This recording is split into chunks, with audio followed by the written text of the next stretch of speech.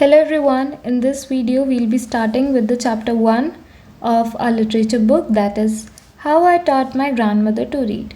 ठीक है, इसके पहले we have covered a video जिसमें मैंने बताया है कि सिलेबस अपडेट क्या क्या हुआ है उसमें and what all is included.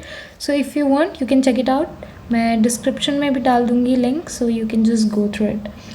And coming back to this, इसके जो let me tell you one thing कि इसके जो ये इन टेक्स्ट के जो क्वेश्चंस हैं एंड देन आगे एक्सरसाइजेस के जो क्वेश्चंस हैं, we'll also do that but in a separate video.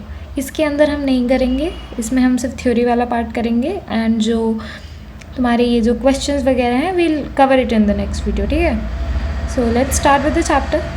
About the author, ये चैप्टर लिखा है सुधा मूर्ति मैम ने. And as you all might know, she's a very well-known Indian author, and along with that she's a social worker and an educator. Karnataka mein she was born, and her popular works are How I Taught My Grandmother to Read, The Magic of the Lost Temple, and Wise and Otherwise. You can read about her. Starting with the chapter. When I was a girl of about 12, I used to stay in a village in North Karnataka with my grandparents. Those days, the transport system was not very good, so we used to get the morning paper only in the afternoon. The weekly magazine used to come one day late. All of us would wait eagerly for the bus, which used to come with the papers, weekly magazines and the post. तो यहाँ पे हमें author बता रही हैं कि ये कब की बात है जब उनकी ग्रैंड मदर जो थी she wanted to learn how to read. तो ये कब की बात है? ये तब की बात है कि when Sudha ma'am was a girl of 12 years old. ठीक है, तो वो कहाँ रहती थी? वो एक विलेज में रहती थी इन नॉर्थ कर्नाटका और अपने ग्रैंड पेरेंट्स के साथ वो रहती थी. तो वो बताती हैं हमें एक बैकग्राउंड दे रही हैं कि लाइक बैकग्राउंड कैसा था. तो वो बताती हैं कि उन दिनों जब वो बच्ची थी तो उन दिनों the transport system was not very good. तो जो मॉर्निंग पेपर होता था वो उनको आफ्टरनून में मिलता था. जो वीकली मैगज़ीन होती थी वो एक दिन लेट आती थी. तो अब देखो, कोई चीज़ तुम्हें पढ़ने की आदत है या you like reading that thing, और कोई भी चीज़ जो तुम्हें पसंद है, अगर उसको आने में या तुम्हें उसे मिलने में या देखने में थोड़ा डिले हो जाए तो तुम्हें कैसा लगता है कि यार जल्दी मिल लूँ, जल्दी वो चीज़ आ जाए, जल्दी मैं ये बुक पढ़ लूँ, जल्दी मैं ये मैगज़ीन पढ़ लूँ, है ना. तो जस्ट लाइक दैट इनके यहाँ पे ट्रांसपोर्ट सिस्टम ख़राब होने की वजह से क्या होता था, सारी चीज़ें थोड़ा लेट आती थी. तो सब क्या करते थे, बहुत ईगरली वेट करते थे कि कब वो बस आएगी जिसके अंदर ये पेपर्स होते हैं, वीकली मैगज़ीन्स होती हैं और पोस्ट होते हैं. तो ये तो था बैकग्राउंड कि कैसा था when she was 12. Now, author हमें बताती हैं कि at that time Triveni was a very popular writer in the Kannada language. She was a wonderful writer. Her style was easy to read and very convincing. Her stories usually dealt with complex psychological problems in the lives of ordinary people and were always very interesting. तो अब जो author हैं वो हमें बताती हैं कि उस टाइम पे Triveni she was a very popular writer. और कौन सी लैंग्वेज की? कन्नड़ लैंग्वेज की. तो she was a wonderful writer. Her style was easy to read and very convincing. जो वो लिखती थी, ऐसा नहीं कि कुछ ऐसे ऐसे लिख दिया, मतलब इसका ये हिडन मीनिंग है, उसका वो हिडन मीनिंग है, तो आधा तो समझ में ही नहीं आ रहा है कि क्या लिखा है ना. सब अपना अपना इंटरप्रेट कर रहे हैं कुछ भी. तो ऐसा नहीं था. जो उनकी स्टाइल थी वो लिखने की, उसको कोई भी आराम से पढ़ सकता था and it was very convincing. और उनकी स्टोरी का सेंटर क्या रहता था कि जो ऑर्डिनरी पीपल हैं, आम लोग हैं, उनकी जो प्रॉब्लम्स हैं, जो कॉम्प्लेक्स साइकोलॉजिकल प्रॉब्लम्स होती थी ऑर्डिनरी पीपल की, उसके अराउंड वो लिखती थी. ठीक है, तो ये उनने बताया. जो सुधा मैम है वो हमें बता रही हैं कि उनके ज़माने में Triveni was a very popular writer.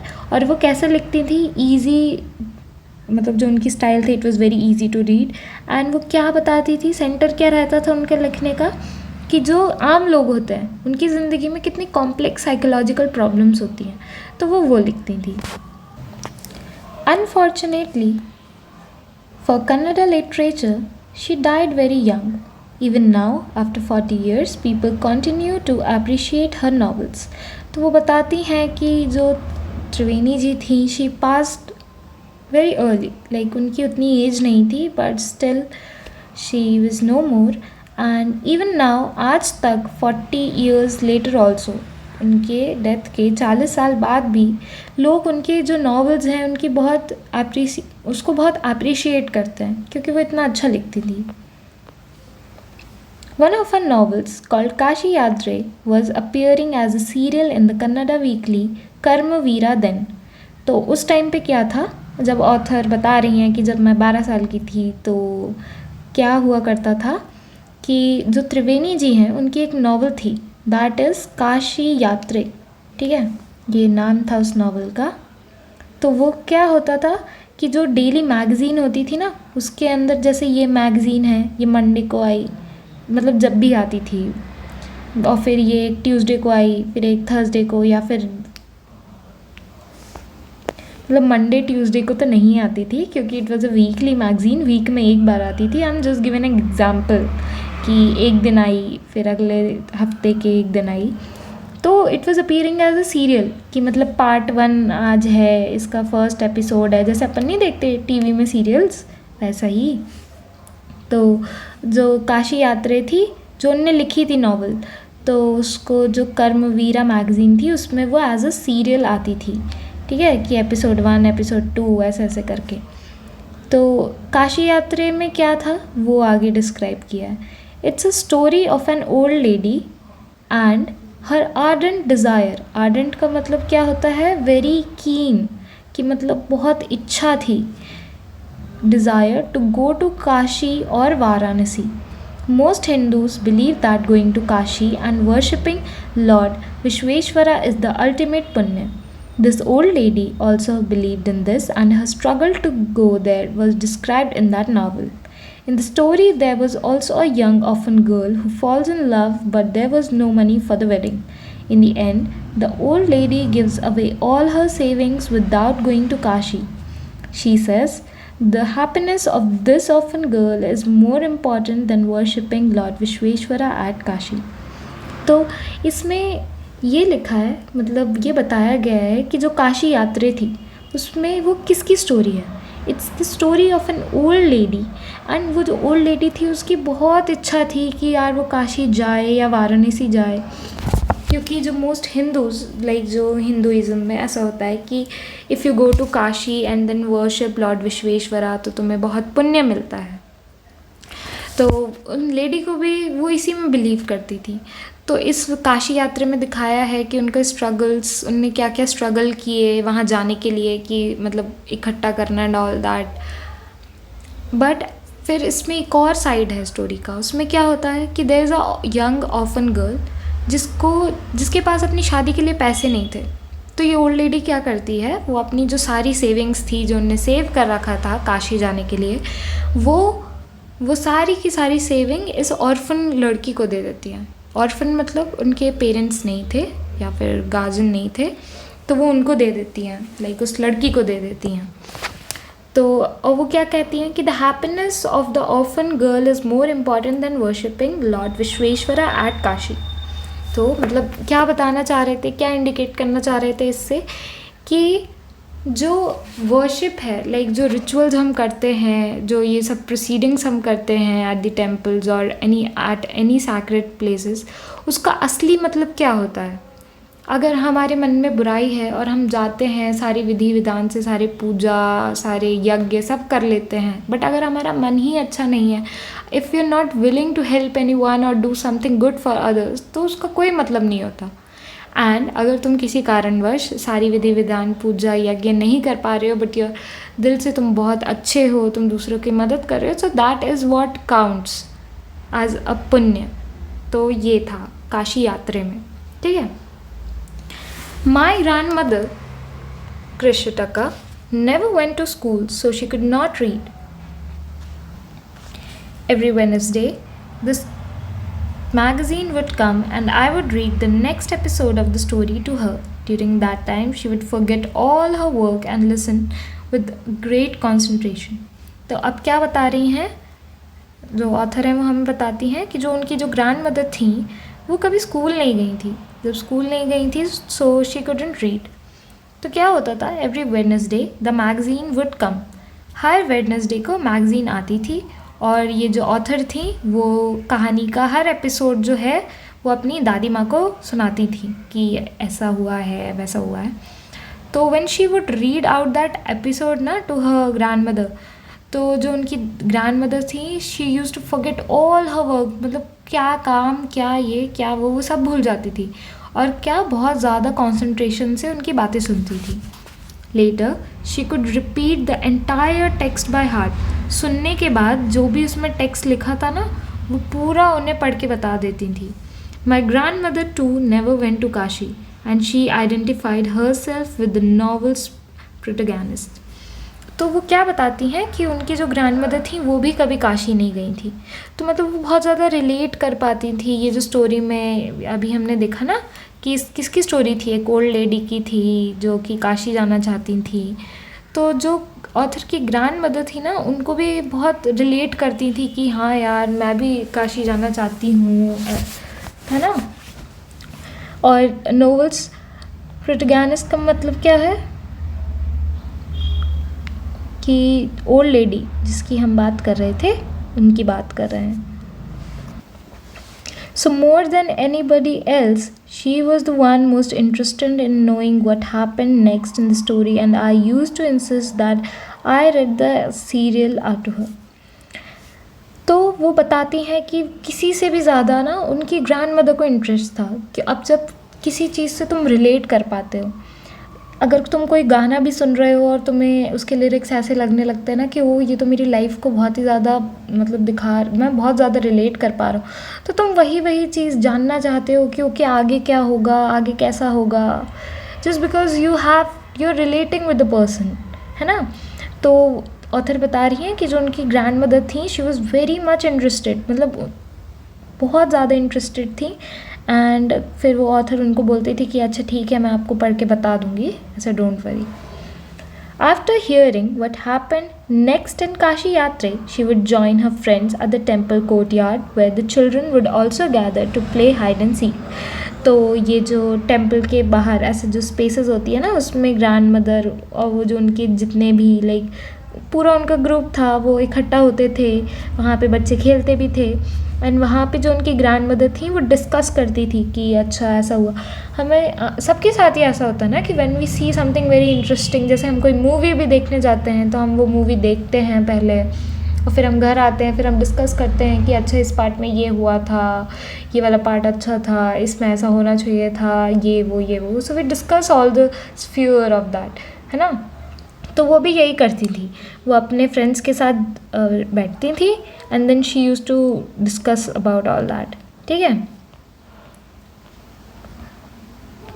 She would discuss the latest episode with her friends. At that time, I never understood why there was so much of debate about the story.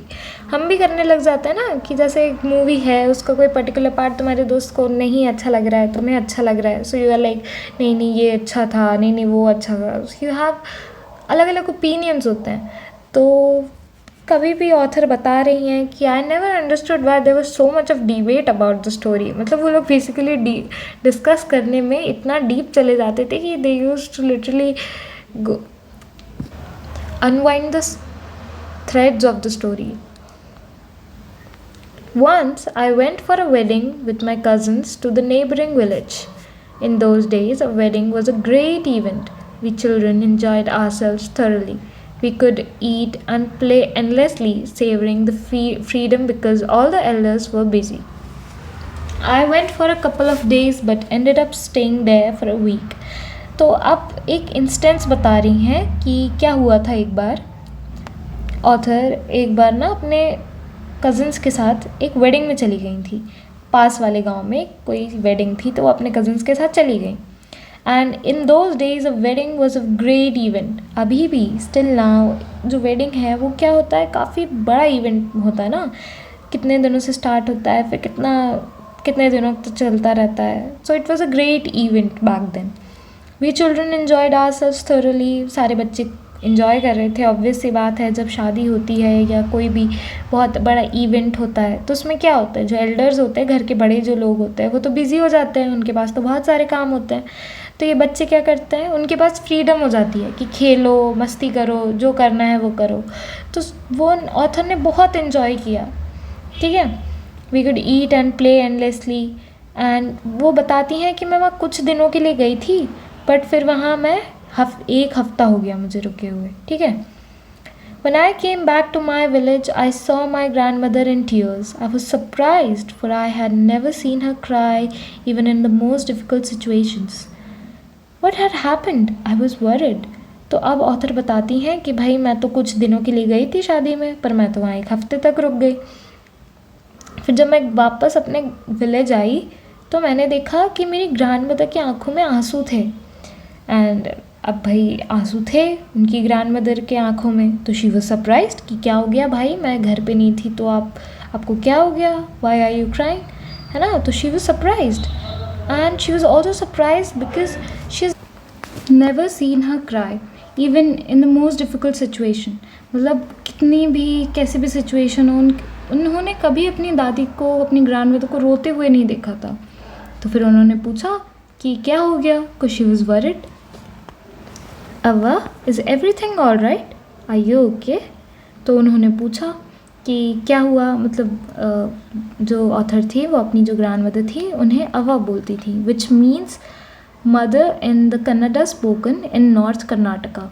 और जो वो बोलती थी अव्वा, उसका क्या मतलब होता था, मदर। मतलब जैसे हम मम्मा बोलते हैं या मम्मी बोलते हैं, उनके यहाँ पे they used to call the mother as Avva. She nodded but did not reply. I did not understand and forgot about it. अब भाई आफ्टर ऑल जो ऑथर थी वो थी तो 12 ही साल की ना, 12-13 ऐसे थी, छोटी थी, तो उन्हें समझ नहीं आया, है ना। I did not understand and forgot it. तो उन्हें समझ नहीं आया और थोड़ी देर बाद वो भूल ही गई। In the night after dinner we were sleeping in the open terrace of a house. Generally गाँव में क्या होता है ना कि लोग मोस्टली टेरेस पे सोते हैं रात में, तो वो भी ऐसे गई। And after dinner we were sleeping in the open terrace of a house. It was a summer night and there was a full moon. Avva came and sat next to me. Her affectionate hands touched my forehead. I realized she wanted to speak. I asked her, "What's the matter?" तो रात में जब ये सोने गई, ये तो भूल गई थी ऑथर, फिर जब ये रात में सोने गई तो अब आई और उनकी साइड में बैठ गई। And then with her affectionate hands, उन्होंने, जो ऑथर थी, she touched her forehead like this. तो ऑथर को लगा कि उन्हें कुछ बोलना है, सो शी आस्क्ड कि क्या हुआ। सो हर ग्रैंडमदर सेड कि when I was a young girl I lost my mother. There was nobody to look after and guide me. My father was a busy man and got married again. In those days, people never considered education essential for girls, so I never went to school. I got married very young and had children. I became very busy. Later, I had grandchildren and always felt so much happiness in cooking and feeding all of you.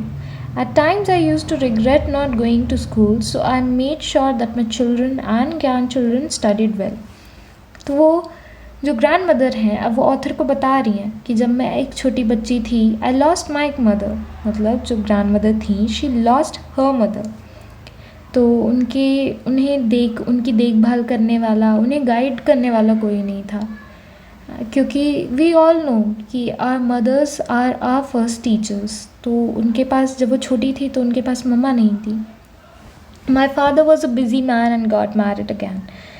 और उस ज़माने में वो बताती हैं कि जो education है वो लड़कियों के लिए इतनी ज़रूरी नहीं मानी जाती थी, तो वो कभी स्कूल भी नहीं गई। फिर उनकी बहुत ही जल्द शादी हो गई थी and then she had children also. फिर वो बहुत बिज़ी हो गई, क्योंकि शादी के बाद तो बिज़ी हो ही गई वो। Then later she had grandchildren also and she was always happy in cooking and then feeding all of her grandchildren and her children. तो वो बताती हैं कि मैं खुश थी। कभी कभी शी यूज़ टू, मतलब most of the time she use to regret कि वो स्कूल क्यों नहीं गई। इसीलिए her grandmother made sure that उनके बच्चे और जो उनके ग्रैंड चिल्ड्रन हैं, दे स्टडीड वेल। तो ये तो वो ग्रैंड मदर ने बताया ऑथर से। I could not understand why my 62-year-old grandmother was telling me, a 12-year-old, the story of her life in the middle of the night. अब भाई जो ऑथर थी वो थी तो 12 ही साल की, तो तब उन्हें समझ ही नहीं आ रहा था कि ये इतनी बड़ी हो गई हैं, शी इज़ 62 years old, और वो आधी रात को मुझे अपनी कहानी बता रही हैं. But I knew I loved her immensely मतलब extremely, and there had to be some reason why she was talking to me. But वो इतना समझ गई थी कि उन्हें कुछ बात करनी होगी उनसे. एंड जो ऑथर थी वो अपनी ग्रैंड मॉम से बहुत प्यार करती थी. I looked at her face. It was unhappy and her eyes were filled with tears. तो उन्होंने अपनी ग्रैंडमदर को देखा and she saw that she was unhappy and उनकी आंखों में आंसू थे. She was a good looking lady who was usually always smiling. Even today I cannot forget the worried expression on her face. I leaned forward and held her hand. तो वो बताती हैं कि she was a very good looking lady and जो कि smile करती रहती थी यूजुअली, मतलब वो उनका ग्रम्पी फेस नहीं रहता था कि ऐसा सैड है या फिर गुस्से में है. She was usually smiling. तो वो बताती हैं कि बट उस टाइम पे जब आधी रात को वो उन्हें ये कहानी बता रही थी तो she had a very worried expression on face. तो फिर जो हमारी ऑथर है वो उठी and then she lean forward, उन्होंने उनका हाथ पकड़ा एंड देन शी आस्क्ड कि अब don't cry, what's the matter, can I help you in any way. तो उन्होंने पूछा कि क्या हो गया, कि मैं आपकी क्या मदद कर सकती हूँ. तो then her grandmother said, yes I need your help. You know when you were away Karmaveera came as usual. तो ग्रैंडमदर बताती हैं कि हाँ मुझे तुम्हारी हेल्प चाहिए. जब तुम यहाँ नहीं थी तो जो कर्मवीरा है, Karmaveera was what, a weekly magazine जिसके अंदर वो एपिसोड आते थे काशी यात्रा के. I opened the magazine. I saw the picture that accompanies the story of Kashi Yatre and I could not understand anything that was written. Many times I rubbed my hands over the pages wishing they could understand what was written. But I knew it was not possible. If only I was educated enough. I waited eagerly for you to return. I felt you would come early and read for me. I even thought of going to the village and asking you to read for me. तो वो बताती है कि देखो जब तुम चली गई थी तो कर्मवीर आई, मैंने उसमें वो पेज भी खोला जिसके अंदर वो काशी यात्रा का एपिसोड रहता है, बट मुझे कुछ समझ नहीं आया. मतलब शी वॉज़ नॉट एजुकेटेड, तो उन्हें समझ के शी कुड नॉट अंडरस्टैंड कि उसमें क्या लेटर्स लिखे थे, क्या वर्ड्स लिखे थे. मैनी टाइम्स आई रब, फिर वो अपने जो पेजेस हैं उन पे अपने हैंड्स रब करने लगी कि कुछ तो समझ आए, but she knew it was not possible. तो then she told the author कि मैं तुम्हारा आने का बहुत बेसब्री से इंतज़ार कर रही थी, मैं चाहती थी कि तुम जल्दी से आओ और उससे मेरे लिए रीड करो. फिर वो ये भी बताती हैं कि मैंने तो ये तक सोचा था कि मैं वहाँ विलेज आऊँ और तुम मेरे लिए रीड कर सको, क्योंकि हमने ऊपर पढ़ा था ना कि ऑथर ने बताया था कि she was relating herself to the lady and she was very much into this Kashi Yatre. तो उनको बहुत पढ़ने का मन था, but how could she read, she wasn't educated enough for that. तो ये बताया उनकी ग्रैंडमदर ने. I could have asked somebody in this village, but I was too embarrassed to do so. I felt very dependent and helpless. We are well off, but what use is money when I cannot be independent? तो वो बताती हैं कि पहले मैंने सोचा कि मैं जाऊँ विलेज में किसी से बोलूँ कि मेरे लिए ये काशी यात्रा रीड कर दो, but she felt very embarrassed to do so ना, क्योंकि अब तुम जा रहे हो किसी के पास बोल रहे हो कि मुझे ये एपिसोड पढ़ के बता दो क्योंकि मुझे पढ़ना नहीं आता. तो she felt a bit of embarrassment in that and she also felt dependent and helpless. अब बताओ तुम्हारे सामने तुम्हारी फेवरेट मैगज़ीन है पर तुम उसे पढ़ ही नहीं पा रहे हो. So that is a kind of very helplessness कि क्या करूँ मैं. और फिर उसके बाद वो बोलती हैं कि we are well off but what is the use of money, जब मैं इंडिपेंडेंट ही नहीं हो सकती, जब मुझे दूसरों के ऊपर डिपेंडेंट होना पड़े. तो वो ये सब ऑथर को बताती हैं. I did not know what to answer. Avva continued. I have decided I want to learn the Kannada alphabet from tomorrow onwards. I will work very hard.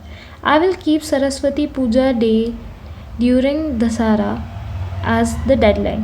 At that day, I should be able to read a novel on my own. I want to be independent.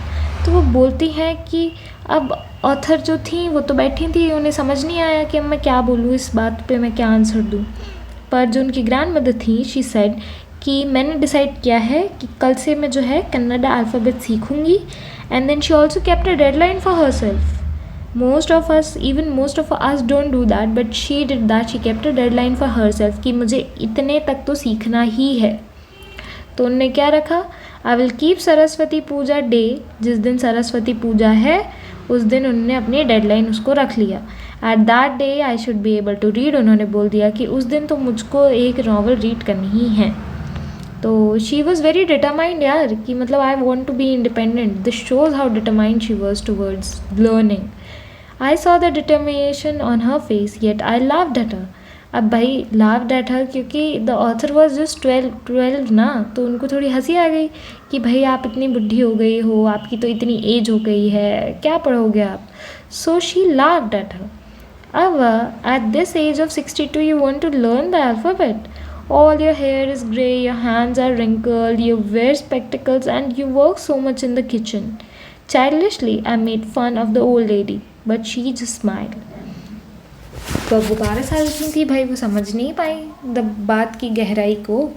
So she said कि अरे आपके तो बाल भी grey हो चुके हैं, सफ़ेद बाल हो गए हैं, हाथ में सारा ये रिंकल्स आ गए हैं, चश्मा भी लगा हुआ है, किचन में भी आपको इतना सारा काम है, आपको 62 की एज में पढ़ना है ये सब. तो उन्होंने उनका थोड़ा मजाक उड़ा दिया क्योंकि वो भी बच्चे थी. But her grand mother just smiled. For a good cause, if you are determined, you can overcome any obstacle. I will work harder than anybody, but I will do it.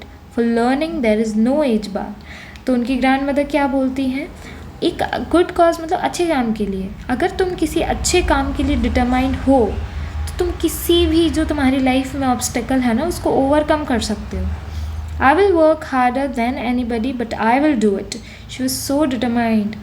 Then she said कि learning, किसी चीज़ को सीखने के लिए, किसी चीज़ को शुरू करने के लिए there is no age bar, which is really true. तुम लर्न करने की और कोई चीज़ सीखने की, नॉलेज एक्वायर करने की कोई एज नहीं होती. आज तुमने ये पढ़ा बट ऐसा तो नहीं है ना कि वो चीज़ ख़त्म हो जाती है, उसके बारे में और चीज़ें होंगी, तुम और पढ़ो. तो दिस ऑल शोज़ कि how determined she was towards learning how to read. ठीक है. The next day onwards, I started my tuition. Ava was a wonderful student. And please remember, Ava here is the author's grandmother. कि तुम लोग बीच में सोचने लगो कि अरे ये किसकी बात होने लगी. So it's her grandmother. The amount of homework she did was amazing. She would read, repeat, write and recite. तो वो बताती हैं कि अगले ही दिन से उन्हें पढ़ाना शुरू कर दिया. एंड शी ऑल्सो टोल्ड कि वो बहुत ज़्यादा होमवर्क करती थी, मतलब वो she was putting so much hard work into it. She use to read, फिर उसी चीज़ को वो रिपीट करती थी, लिखती थी, and then she use to recite. I was her only teacher and she was my first student. Little did I know that one day I would become a teacher in computer science and teach hundreds of students. तो author बताती हैं कि she was my first student. और फिर मुझे उस time पे ये आइडिया नहीं था कि later in life that author एक कंप्यूटर साइंस की टीचर बनेंगी and then she will teach hundreds of students. The Dussehra festival came as usual. Secretly, I bought Kashi Yatre, which had been published as a novel by that time. My grandmother called me to the puja place and made me sit down on a stool. She gave me a gift of frock material. Then she did something unusual. She bent down and touched my feet. I was surprised and taken aback. Taken aback मतलब surprised by something unexpected. Elders never touched the feet of youngsters. We have always touched the feet of gods, elders and teachers. तो वो बताती हैं कि जो deadline दी थी ना grand mother ने, मतलब पढ़ाने तो वो लगी थी नेक्स्ट डे से. तो वो बताती हैं कि जो उनकी जो डेडलाइन वाली डेट थी सरस्वती पूजा वाली, वो आ गई. एंड जो ऑथर थी वो चुपचाप से काशी यात्रे ले आई. Kashi Yatre was published as a novel. उस टाइम तक वो हो गया था पब्लिश. तो ग्रैंड मदर ने उन्हें बुलाया जहाँ पे पूजा करते थे वो लोग। एंड फिर जो ऑथर थी उन्हें एक स्टूल पे बिठाया, फिर उन्होंने उन्हें गिफ्ट में एक फ़्रॉक का मटेरियल दिया।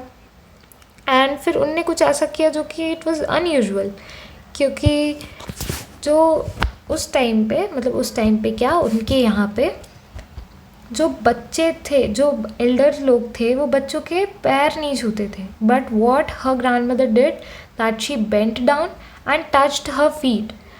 शी वॉज सरप्राइज्ड, क्योंकि उनके यहाँ पे तो ऐसा नहीं होता था, बच्चों के पैर नहीं छूते थे, तो शी वॉज सरप्राइज्ड। तो उन्हें तो बस ये सिखाया गया था कि हमें भगवान के, अपनों से बड़ों के और अपने टीचर्स के पैर छूने चाहिए। So we consider that as a mark of respect. ये मतलब उन्हें रिस्पेक्ट देने के लिए होता है। It's a great tradition, but today the reverse had happen, it was not correct. तो उन्हें लगा कि अरे भाई ये तो आज उल्टा हो गया। She said I am not touching the feet, she said I am She said, I'm touching the feet of a teacher, not my granddaughter. A teacher who taught me so well with so much of affection that I can read any novel confidently in such a short period. Now I am independent. It's my duty to respect a teacher. Is it not written in our scriptures that a teacher should be respected, irrespective of gender and age? I did return her namaskara to her by touching her feet and gave my gift to my first student. She opened it and read immediately the title Kashi Yatre by Triveni and the publisher's name. I knew then that my students had passed with flying colors. तो वो बताती हैं कि उनकी grand mother है, उन्होंने बोला कि मैं अपनी ग्रैंड डॉटर की नहीं, अपनी टीचर के पैर छू रही हूँ, जिन्होंने उन्हें इतने अफेक्शन से पढ़ाया कि अब शी वॉज कॉन्फिडेंट कि she will read any novel, and वो भी इतने शॉर्ट टाइम में। तो अब वो बताती हैं कि now I am independent and it's my duty to respect a teacher. और हमारे स्क्रिप्चर्स में भी लिखा है कि हमें टीचर्स की रिस्पेक्ट करनी चाहिए, रिस्पेक्टिव ऑफ द जेंडर और देयर एज। फिर मतलब उन्होंने तो अपना गिफ्ट दे दिया ग्रैंड मदर ने, एक frock material, and then she touched her feet also. And then author ने भी, शी रिटर्न हर नमस्कारा, उन्होंने भी उनके पैर छुए। And then she gave the gift, क्योंकि वो काशी यात्री लाइन थी ना, चुपके चुपके, तो she gave that Kashi Yatre to her grandmother. And उसको खोलते ही ग्रैंड मदर ने उसको खोला, and then she immediately read the title Kashi Yatre by त्रिवेणी, और पब्लिशर का नाम भी उन्होंने पढ़ लिया। तो तब ऑथर को समझ आ चुका था कि उनकी जो स्टूडेंट है, she had passed and that with flying colours, मतलब she had become independent. So such a beautiful and such an inspiring motivating story it was, कि so much values it gave us, कि कैसे एक grandmother even at her age of 62 she wanted to learn, और उन्होंने सीखा, कितने determination था उनके अंदर, उन्होंने इसको सीखने के लिए इतने कम टाइम में कितना हार्ड वर्क पुट किया, and then she finally got her results too. तो yeah that was the chapter and we have completed the theory part of the chapter. Next video में we will cover all this exercise वाला part. So stay tuned and we will also keep uploading the chapters, the upcoming chapters of it. So if you have any doubts or you wanted to ask anything, you can surely ask in the comment section. And thank you so much. Keep watching.